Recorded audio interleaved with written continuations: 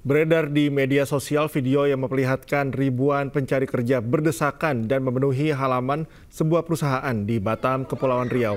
Akibat berdesakan, sejumlah pencari kerja terjatuh ke dalam selokan dan membuat satu orang terluka.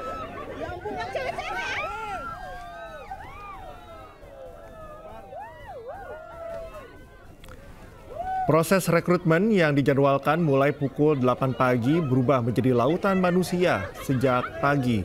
Bukannya mendapatkan pekerjaan, sejumlah pencari kerja justru terjatuh ke dalam selokan akibat berdesakan saat mengantre untuk wawancara terbuka di sebuah perusahaan manufaktur. Salah satunya seorang peserta wanita yang terluka di bagian kepala akibat terbentur atau jatuh ke selokan. Dalam proses rekrutmen ini, perusahaan tersebut hanya membuka lowongan kerja untuk 40 orang.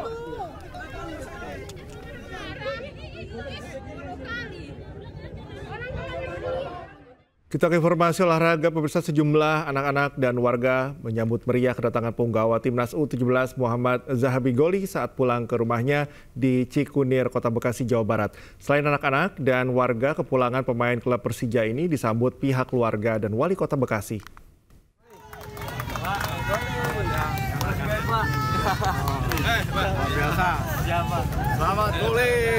Usai bermain di Piala Asia dan membawa Garuda Muda masuk ke Piala Dunia 2025, pemain Timnas U17 Muhammad Zahabi Goli disambut meriah oleh sejumlah anak-anak dan warga saat pulang ke rumahnya di Kota Bekasi, Jawa Barat.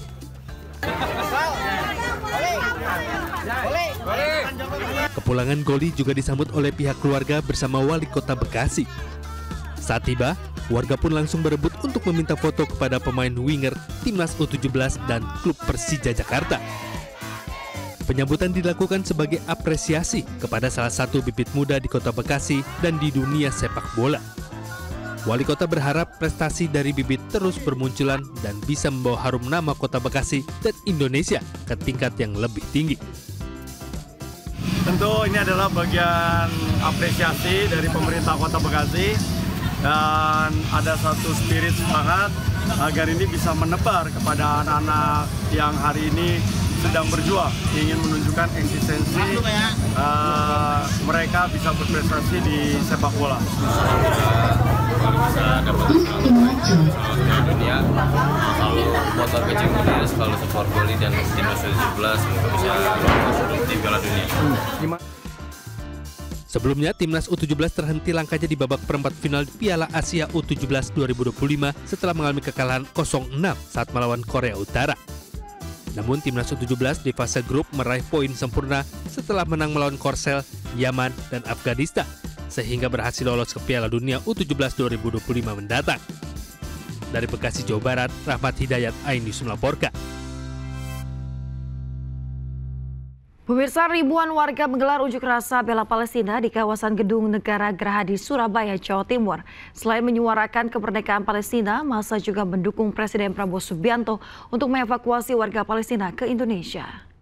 Apa yang dilakukan oleh saudara sekalian hari ini bukan saja suara golongan, tetapi ini adalah suara resmi rakyat Indonesia. Wakil Gubernur Jawa Timur Emil Dardak menghadiri langsung aksi bela Palestina yang digelar di kawasan Gedung Negara Gerahadi, Surabaya. Di hadapan ribuan orang, Emil Dardak ikut berorasi untuk kemerdekaan Palestina. Ini adalah suara resmi dari rakyat Jawa Timur. Takbir! Maka siap berjuang sampai titik akhir? Siap! Sejatinya perjuangan untuk kemanusiaan, perjuangan untuk keadilan. Aksi yang digelar oleh Aliansi Rakyat Bela Palestina ini untuk menyuarakan kemerdekaan Palestina dari penjajah Israel. Selain itu, massa juga mendukung langkah Presiden Prabowo untuk mengevakuasi warga Gaza ke Indonesia.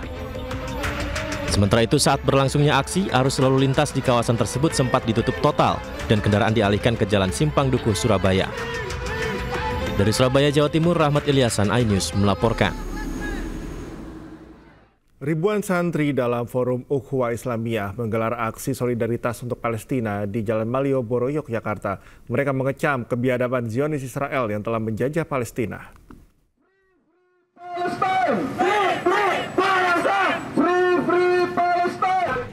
Aksi solidaritas untuk Palestina ini digelar ribuan santriwan dan santriwati dengan long march di sepanjang Jalan Malioboro hingga titik 0 km Yogyakarta pada hari ini. Dalam aksi ini selain membentangkan spanduk dan membawa poster, mereka juga menggendong sejumlah replika jenazah sebagai simbol anak-anak yang menjadi korban serangan Israel. Dalam orasinya, mereka mengecam kebiadaban Zionis Israel yang dinilai telah menjajah Palestina. Akibat serangan tentara Israel telah menewaskan puluhan ribu warga Palestina, di mana 17.000 diantaranya adalah anak-anak. Membunuh anak-anak kecil, 17.000 lebih anak kecil syahid di Palestina. Sisanya sebagian besar adalah wanita dan orang-orang tua. Ya, penjajah itu adalah bangsa yang paling pengecut di seluruh dunia ini. Karena mereka hanya berani melawan orang-orang yang tidak berdaya. Sementara itu, ribuan santri yang tergabung dalam Forum Ukhuwah Islamiyah tersebut juga menyerukan para pemimpin dunia untuk tidak tinggal diam. Harus ada upaya mendukung perdamaian, bukan penjajahan. Dari Yogyakarta, Gunanto Farhan, iNews melaporkan.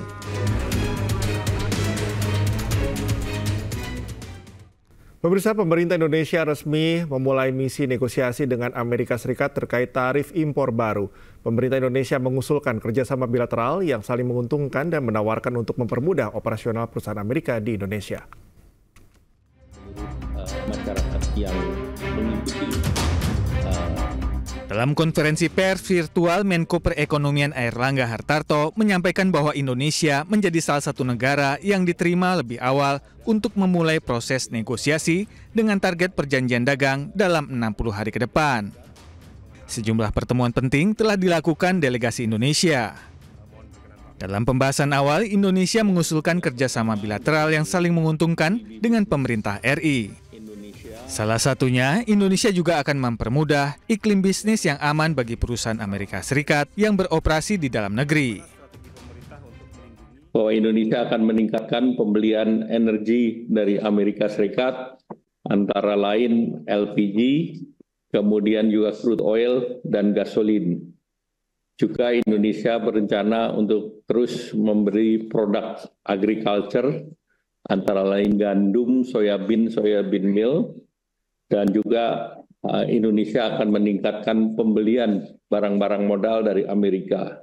Bahwa Indonesia dan Amerika Serikat bersepakat untuk menyelesaikan perundingan ini dalam waktu 60 hari. Sementara itu, Gerakan Ekonomi dan Budaya Minangkabau atau Gebu Minang meminta pemerintah untuk menyiasati kebijakan di tengah tarif impor baru Amerika Serikat. Menurut Ketua Umum DPP Gebu Minang, Osman Sabta, hal ini bisa dilakukan dengan menggerakkan ekonomi daerah dan menguatkan UMKM. Kita saat ini mendapat dampak yang cukup berat, sehingga itu sebabnya kita perlu berkumpul, kita perlu memikirkan, kita perlu memberikan kesejahteraan kepada daerah. Sebelumnya, pemerintah Amerika Serikat mengumumkan bahwa ekspor dari Indonesia akan terkena tarif 32%. Namun akan ditunda selama 90 hari demi membuka ruang negosiasi. Proses negosiasi dipastikan terus dilakukan hingga pekan depan.